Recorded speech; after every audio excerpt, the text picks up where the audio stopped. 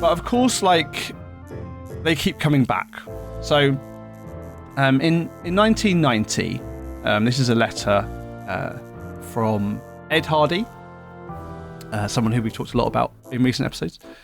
From Ed Hardy to young upstart tattooer Lal Hardy, no relation, at the time. So Ed, in 1990, was, had been pushing tattooing into a huge, wide audience for the previous decade and a half by that point. And Lau had met him some years earlier, and they'd become great corresponders. And something really stuck out to me when I found this letter in Lau's archive. Ed said, quote, "I'd like to get together and visit next time I'm in England. I'm very keen on the old time stuff, as you know, and a few of the current artists. I do think the new old style is what will be happening in the 90s, mixed with the stuff that's been popular over the last 20 years. So new old style, right? This is this kind of return to the old school. I guess it would become, I suppose, in this mix, what may briefly have been called new school tattooing, this kind of revival of old style, in quotes, sailor tattooing from the 40s and 50s and maybe a little bit earlier, as opposed to the stuff that had been a bit trendier during the 80s, stuff that was a bit more contemporary, something a bit more wizardy or a bit more kind of fantasy or a bit more kind of detached from those particular maritime histories. So, yeah, it seems like a weird thing to say, new old style, but I think I took that thing for that phrase for the title of my article because I think it sums up very nicely what we're talking about, right? And when we're talking about revivals of style, we're talking about old stuff becoming new again. It's not just copying old things. I'll talk more about how that works later on. But it's bringing new stuff, old stuff, back into the contemporary palette. This is something, of course, we see all over history and architecture and style in general. People kind of going back to the past and remixing it, reviving it, recreating it, revivifying it. So yeah. This is the revival of, I suppose, of this genre that we now call traditional or old school tattooing. Limited palette of instantly recognizable tattoo designs.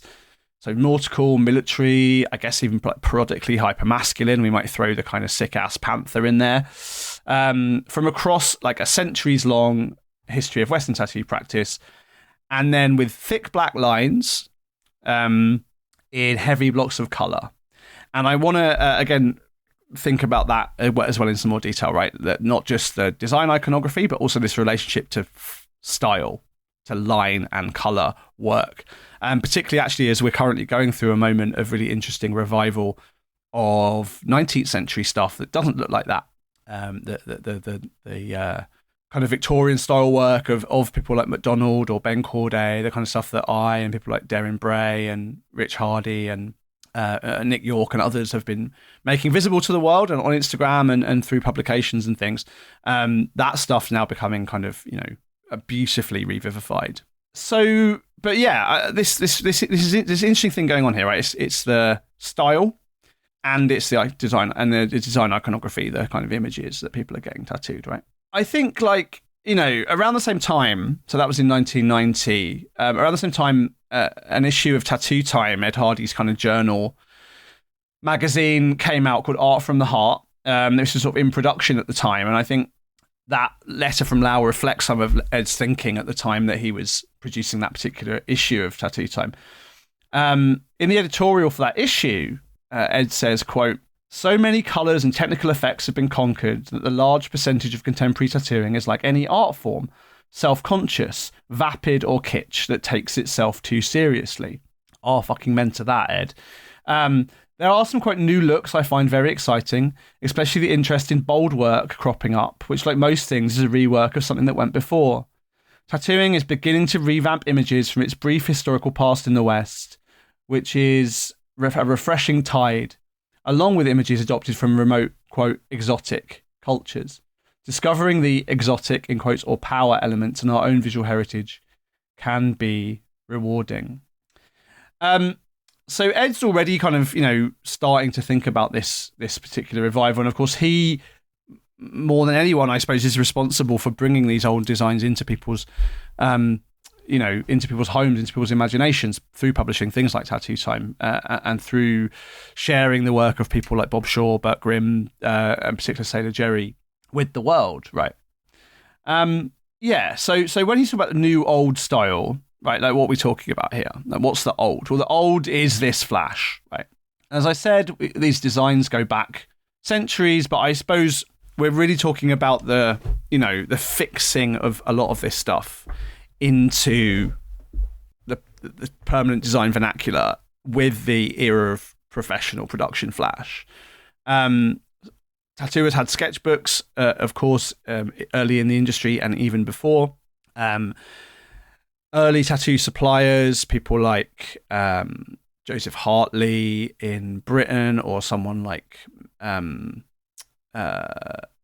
Zeiss, or before him, Percy Waters, were selling stencil sheets, and many others were selling stencil sheets and things like that, pre-produced designs for amateur or semi-professional tattooers to use. But it's really the kind of early 20th century with mass production of Flash, which really starts to kind of lock down the history of all the kind of repertoire of these images. And of course, that comes through, in many ways, suppliers like Lou the Jew Alberts, originally a wallpaper designer and salesman from New York, and others, right, who were choosing these kind of Flash sheets and selling them. That, of course, meant tattooing was quicker.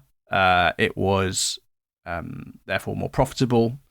It also basically opened up the industry to people who weren't great artists, weren't great draftspeople. So all of this kind of commercialization brings with it a particular, comes in tandem with and drives itself in a kind of feedback loop, the expansion of the tattoo industry in the early decades of the 20th century. What about the old there? So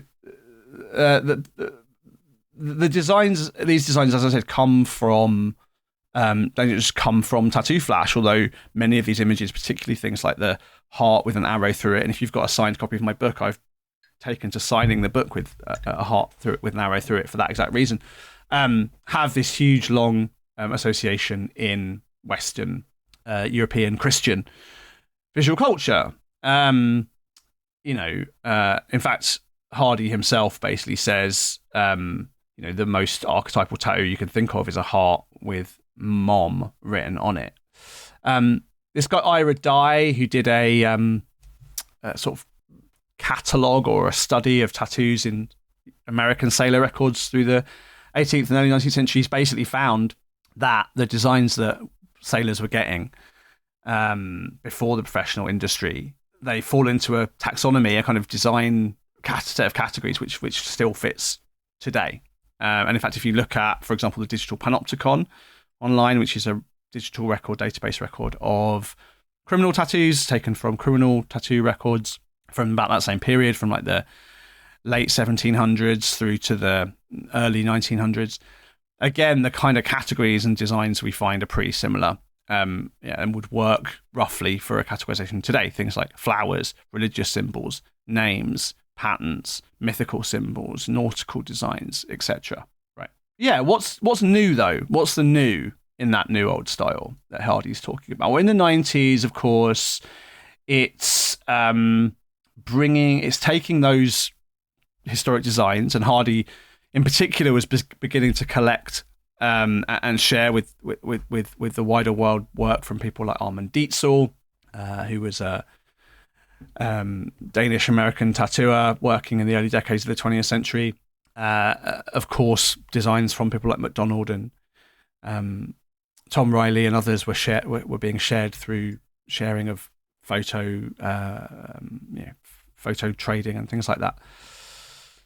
Adapting those designs with basically what was then this kind of very fashionable and trendy style, which was coming out of California. Diesel was Norwegian, not Danish. Sorry.